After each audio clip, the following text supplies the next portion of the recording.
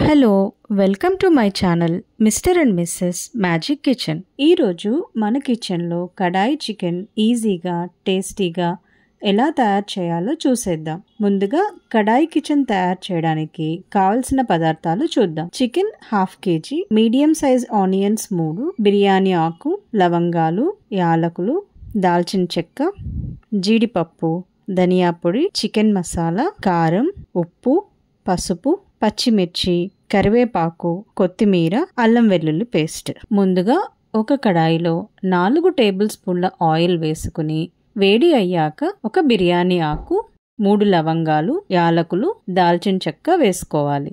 తరువాత సన్నగా తరిగిన ఉల్లిపాయలను వేసుకొని కలుపుకోవాలి. నాన్ వెజ్ కర్రీస్ ఏవైనా ఐరన్ కడాయిలో చేస్తే టేస్ట్ చాలా బాగుంటాయి. ఆనియన్స్ త్వరగా ఎర్రగా అవ్వాలంటే 1 టేబుల్ స్పూన్ సాల్ట్ వేసుకోవాలి.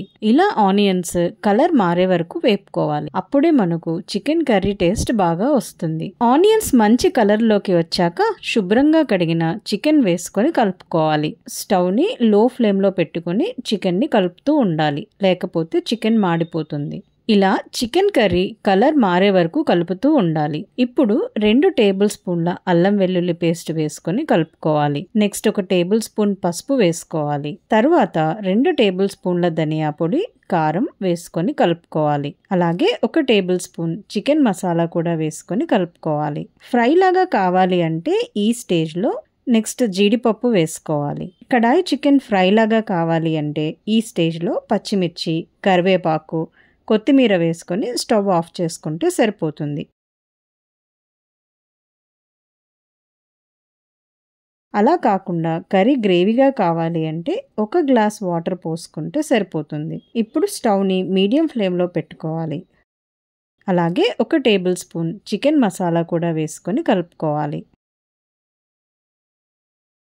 తరువాత టేస్ట్కి సరిపడా సాల్ట్ వేసుకోవాలి. గ్రేవీ బాగా దగ్గర పడ్డాక పచ్చిమిర్చి, కరివేపాకు వేసుకోవాలి. లాస్ట్లో కొత్తిమీర వేసుకొని స్టవ్ ఆఫ్ చేసుకుంటే కడాయి చికెన్ రెడీ అయిపోయింది.